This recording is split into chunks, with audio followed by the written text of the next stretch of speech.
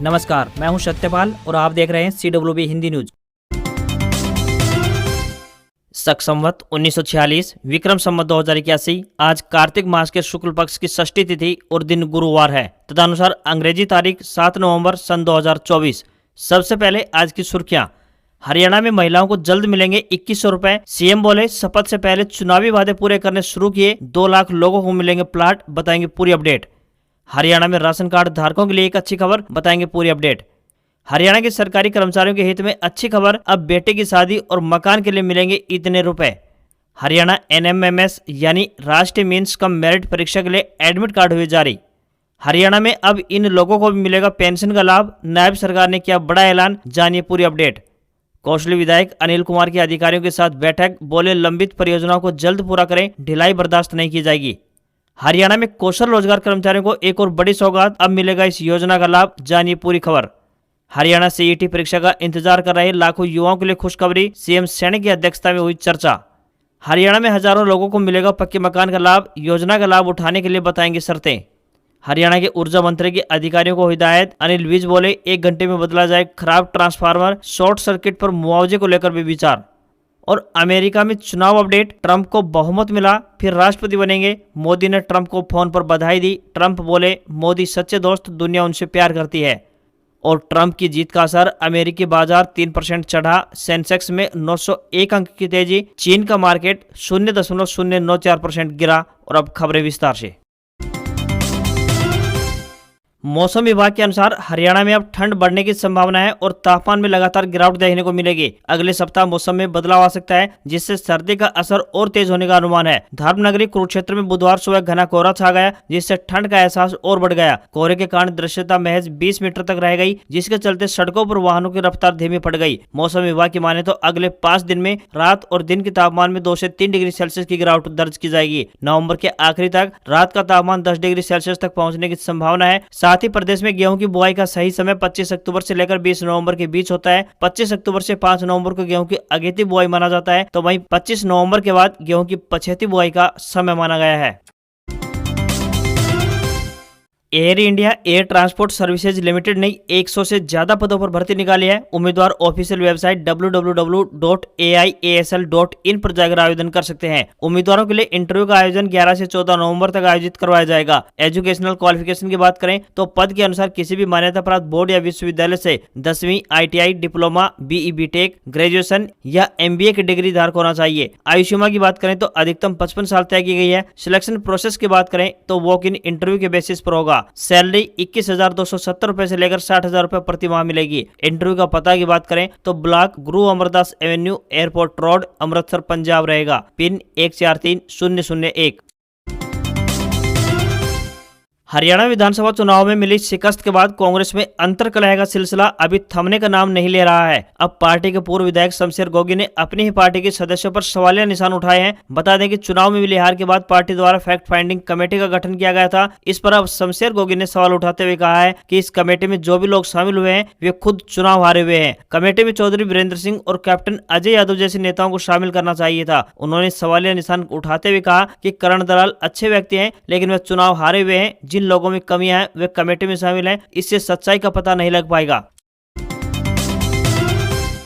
हरियाणा में ration card धारकों के लिए एक अच्छी खबर सामने आई है। चंडीगढ़ में राज्य मंत्री राजेश नागर की अध्यक्षता में हरियाणा खाद्य एवं आपूर्ति विभाग के वरिष्ठ अधिकारियों की एक बैठक बुलाई गई थी, जिसमें मंत्री ने राशन डिपो पर खाद्य सामग्री समय पर वितरित करने के निर्देश दिए हैं। उन्होंने सख्त लहजे में कहा कि यदि कोई राशन डिपो होल्डर समय पर सामग्री वितरित नहीं कर रहा है तो उसकी शिकायत मिलने पर लाइसेंस रद्द कर दिया जाएगा। राज्य मंत्री राजेश नागर ने अधिकारियों को निर्देश दिए हैं कि प्रदेश के सभी राशन डिपो पर CCTV कैमरे लगाए जाएंगे, जिससे कि डिपो पर होने वाली चोरी और राशन न मिलने पर आने वाली शिकायतों में काफी हद तक कमी आएगी। इन CCTV कैमरों को सेंट्रलाइज्ड किया जाएगा। सर्दियों में अब सुबह 8 बजे से लेकर 12 बजे और शाम को 5 बजे से 8 बजे तक राशन डिपो खुलेंगे। इसके साथ ही डिपो पर पूरी सामग्री मिले, इसकी व्यवस्था भी सुनिश्चित की जाएगी। नायब सैनी सरकार ने हरियाणा कौशल रोजगार निगम यानी HKRN के तहत कार्यरत कर्मचारियों को बड़ी सौगात दी है। प्रदेश सरकार ने उन्हें उनके परिवार के सदस्यों को आयुष्मान भारत योजना का लाभ देने का फैसला लिया है। इसके लिए रजिस्ट्रेशन शुरू हो चुका है और कर्मचारी अपना कार्ड बनवा सकते हैं। आयुष्मान कार्ड बनवाने के लिए सरकार की ओर से डाटा पोर्टल पर अपलोड कर दिया गया है। आयुष्मान भारत योजना के तहत कौशल रोजगार निगम के कर्मचारियों और उनके परिवारों का डाटा आयुष्मान भारत योजना के बेनिफिशियरी आइडेंटिफिकेशन सिस्टम पोर्टल पर अपलोड कर दिया गया है और पात्र कर्मचारी ऑनलाइन या फिर नजदीकी अटल सेवा केंद्रों से अपना और अपने परिवार के सदस्यों का आयुष्मान कार्ड बनवा सकते हैं। आपको बता दें कि अब HKRN के कर्मचारियों और उनके परिवार के सदस्यों को 5 लाख रुपए तक मुफ्त यानी फ्री इलाज की सुविधा इससे मिलेगी।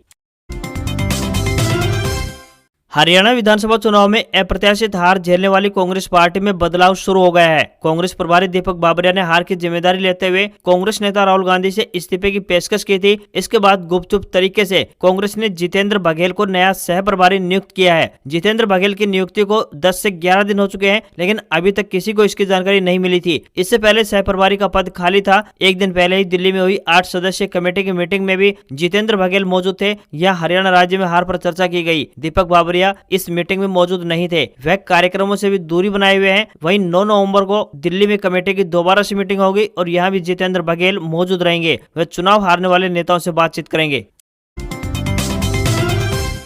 हरियाणा में राष्ट्रीय मेंस का मेरिट यानी NMMS छात्रवृत्ति योजना परीक्षा 2024 के लिए 6 नवंबर को हरियाणा विद्यालय शिक्षा बोर्ड द्वारा एडमिट कार्ड जारी कर दिए गए हैं। जिन विद्यार्थियों ने परीक्षा के लिए पंजीकरण करवाया था और जो परीक्षा के एडमिट कार्ड का इंतजार कर रहे थे, वह bseh.org.in या SCERTH-haryana.gov.in पोर्टल के माध्यम से अपने एडमिट कार्ड को डाउनलोड कर सकते हैं। जो विद्यार्थी इस परीक्षा को उत्तीर्ण करते हैं, उन्हें चुने हुए संस्थान में स्कूल छात्रावास और शैक्षणिक शुल्क में पूरी छूट दी जाती है। इसके अतिरिक्त किताबें, स्टेशनरी आदि के एवज में भी 2000 रुपए का एक मुश्त भत्ता भी दिया जाता है। बता दें कि NMMS परीक्षा 17 नवंबर 2024 को आयोजित होगी।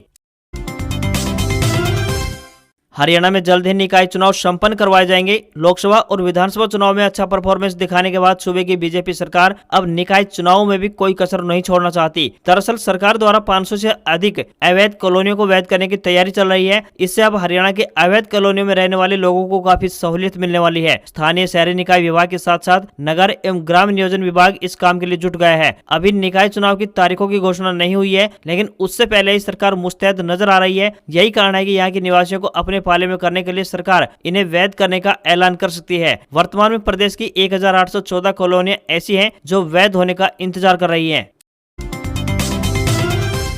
हरियाणा के सरकारी कर्मचारियों के हित में एक अच्छी खबर सामने आ रही है। अगर आप भी सरकारी कर्मचारी हैं तो आपके लिए यह खबर अहम होने वाली है। दरअसल अब राज्य कर्मियों को मकान बनाने के लिए 25 लाख रुपए तक का ऋण और संतान विवाह के लिए 3 लाख रुपए की एडवांस राशि दी जाएगी। नए नियमों के तहत बात करें तो अब राज्य कर्मचारियों को वाहन और कंप्यूटर खरीदने के लिए भी दी जाने वाली ऋण राशि में बढ़ोतरी की गई है। कर्मचारी की EMI वेतन के 1/3 से ज्यादा न हो। सरकारी कर्मचारियों को अपनी पूरी नौकरी के दौरान 25 लाख रुपए तक एडवांस मिलेगा। अगर कोई कर्मचारी मकान खरीदना चाहता है तो उसकी 34 महीने की बेसिक सैलरी या फिर अधिकतम 25 लाख रुपए में से जो भी कम होगा वह दिया जाएगा। कर्मचारी अपनी संतान, बहन या फिर किसी अन्य आश्रित की शादी के अवसर पर 10 महीने की बेसिक सैलरी और अधिकतम 3 लाख रुपए अग्रिम राशि ले सकेंगे। पूरी नौकरी के दौरान कर्मचारी केवल 2 बार इस सुविधा का लाभ उठा सकते हैं। इस राशि पर ब्याज की दर की बात करें तो GPF के बराबर होगी। अगर कोई कर्मचारी कंप्यूटर या फिर लैपटॉप खरीदना चाहता है तो उसके लिए सरकार द्वारा 50,000 रुपए का लोन दिया जाएगा। अगर साइकिल खरीदना चाहता है तो उसके लिए 4,000 रुपए की राशि दी जाएगी।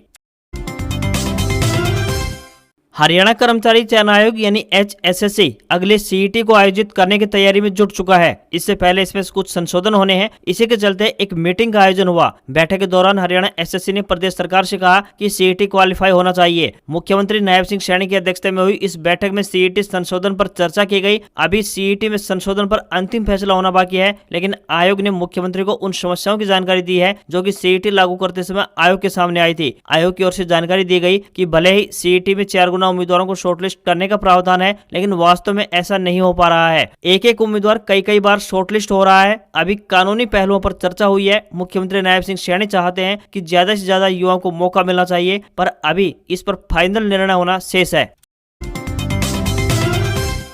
हरियाणा में खुद के पक्के मकान का सपना देख रहे गरीब परिवारों के लिए एक अच्छी खबर सामने आई है। बता दें कि प्रधानमंत्री आवास योजना यानी ग्रामीण के तहत साल 2024-25 का नया टारगेट सामने आया है। पिछले साल की अपेक्षा इस बार 10 गुना टारगेट ज्यादा मिला है। गत वर्ष जहां इस योजना के तहत 7,746 पात्र लोगों के पक्के मकान बनाए गए, तो वहीं गत वर्ष जहां इस योजना के तहत 7,746 पात्र लोगों के पक्के मकान बनाए गए थे, तो वहीं इस साल 69,325 लोगों को पक्के मकान की सौगात मिलेगी, यानी 10 गुना ज्यादा टारगेट रहेगा। इस योजना के तहत पक्का मकान बनाने के लिए 1,38,000 रुपए का लाभ दिया जाता है। सरकार द्वारा यह राशि 3 किस्तों में दी जाती है। उन लोगों को इस योजना का लाभ नहीं मिलेगा जो पात्र तो थे लेकिन अब मकान बना लिया है। योजना का लाभ देने के लिए जल्द से जल्द टीमें गांव-गांव जाकर सर्वे करेंगी। जरूरी कुछ नियमों की बात करें तो इनकम टैक्स का भुगतान नहीं करता हो और 15,000 रुपए से ज्यादा मासिक आय नहीं होनी चाहिए। वहीं उपजाऊ भूमि 2 एकड़ से ज्यादा और बंजर जमीन 5 एकड़ से ज्यादा नहीं होनी चाहिए। घर का कोई भी सदस्य सरकारी नौकरी पर तैनात नहीं होना चाहिए। साथ ही घर में कृषि यंत्र जैसे ट्रैक्टर सहित अन्य वाहन नहीं होने चाहिए। साथ ही 3 व 4 पहिया वाहन भी नहीं होना चाहिए।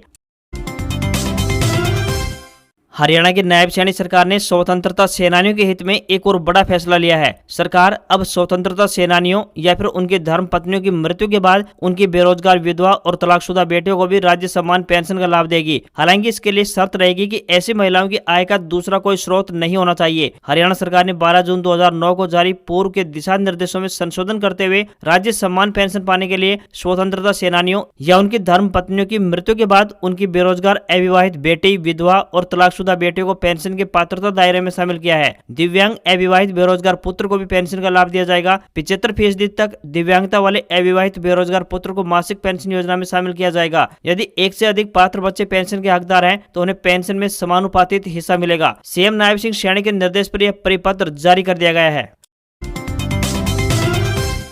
हरियाणा सरकार ने समाज के कई वर्गों को बड़ी सौगात दी है। सरकार ने दोहलीदार यानी कि गरीब ब्राह्मणों, पुजारियों और पुरोहितों, बूटीमार, भोंडेदार तथा मुकर्रीदार को राहत देते हुए सरकार द्वारा दान की गई जमीन पर 20 साल या फिर इससे अधिक समय से काबिज सभी परिवारों को मालिकाना हक देने का फैसला लिया है। ये फैसला पुराना है लेकिन इसमें कुछ खामियां होने की वजह से दिक्कत आ रही थी। अब सरकार ने इसके नियमों में संशोधन कर दिया है। इस संदर्भ में संशोधित आदेश भी जारी कर दिए हैं। पात्र लोगों को मालिकाना हक लेने के लिए कलेक्टर के समक्ष आवेदन करना होगा। साथ ही जिन परिवारों के दान की जमीन पर कब्जे के 20 साल पूरे नहीं हुए हैं, वे निर्धारित समय अवधि पूरी होने के बाद ही आवेदन कर सकेंगे। मालिकाना हक मिलने से वह जमीन को आगे किसी को भी बेच सकते हैं। निजी व्यक्ति और संस्थानों को दान में मिली जमीन बेचने पर कोई रोक अब नहीं रहेगी। दरअसल पुराने समय में गरीब ब्राह्मणों, पुजारियों और पुरोहितों को फसल बोने के लिए जमीन दान में दी जाती थी। यह जमीन पंचायती होती थी जिस पर उनका मालिकाना हक तो नहीं होता था, लेकिन वह फसल बिजाई से प्राप्त होने वाली आमदनी को अपने ऊपर खर्च करने का अधिकार रखते थे। इस श्रेणी के लोगों को दोहलीदार कहा जाता है।